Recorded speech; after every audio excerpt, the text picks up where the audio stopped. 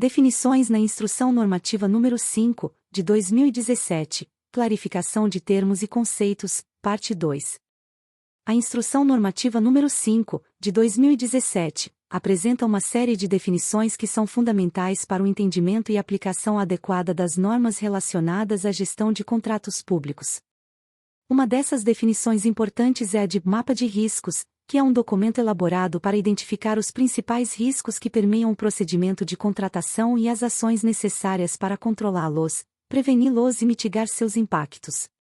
Esse mapa é essencial para garantir uma gestão eficaz dos riscos envolvidos nos contratos públicos, garantindo a execução adequada dos serviços contratados.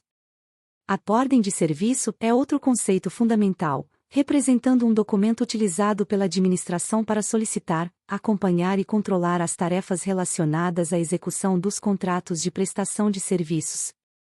Essa ordem deve estabelecer quantidades, estimativas, prazos e custos da atividade a ser executada, possibilitando a verificação da conformidade do serviço executado com o solicitado. É um instrumento importante para garantir a transparência e eficiência na execução dos contratos públicos.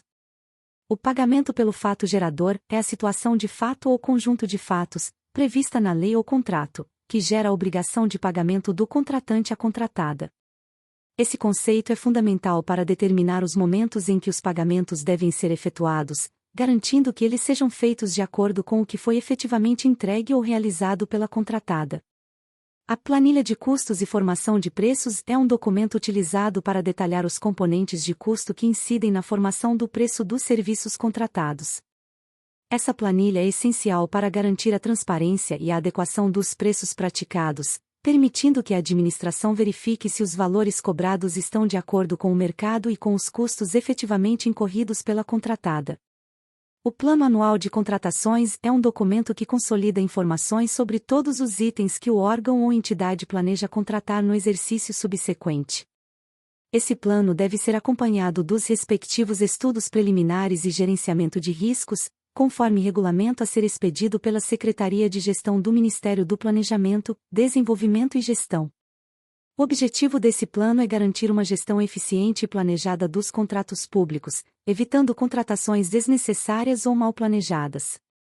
A produtividade se refere à capacidade de realização de determinado volume de tarefas em função de uma rotina de execução de serviços.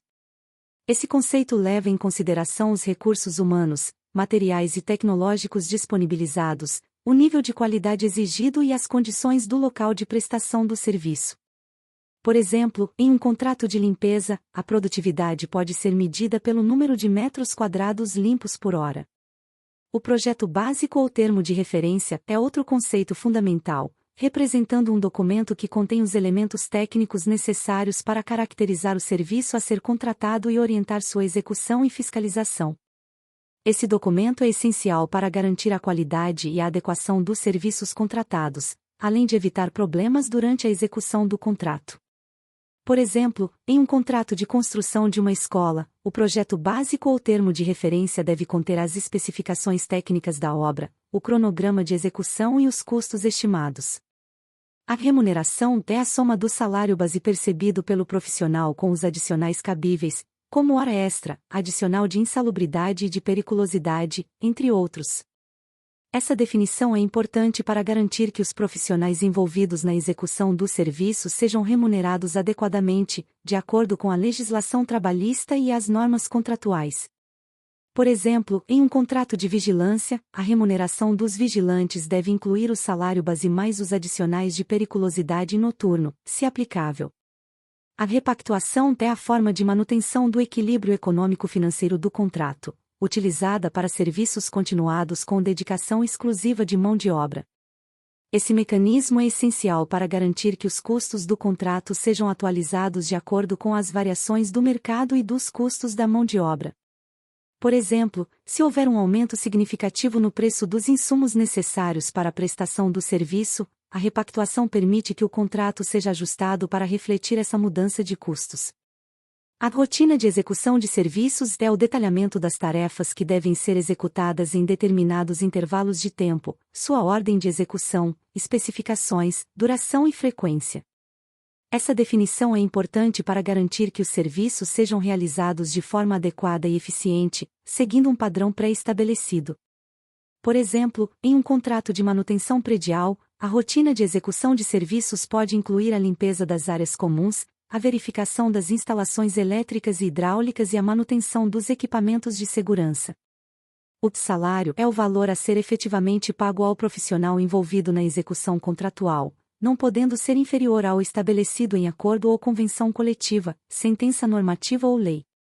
Essa definição é fundamental para garantir que os trabalhadores sejam remunerados de acordo com as normas trabalhistas e as condições do mercado.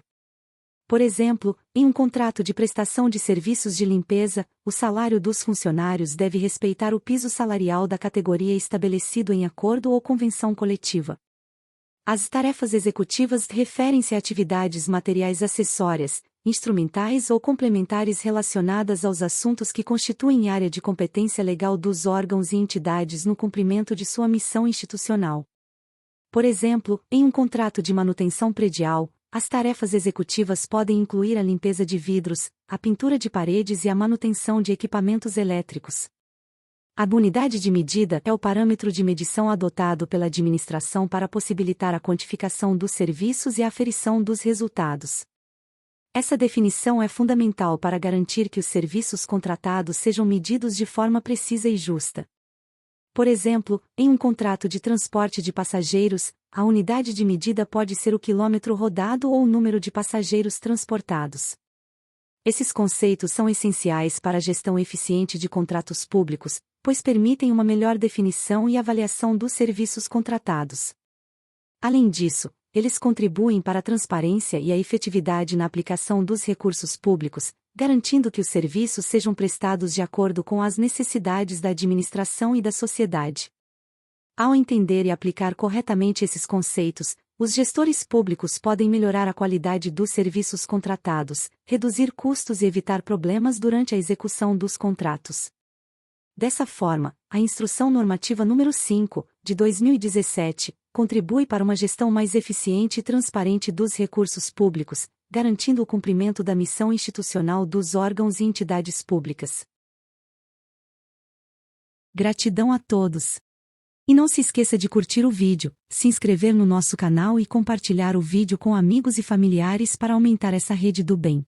Ative o sininho também para receber todas as notificações de novos vídeos. Até mais!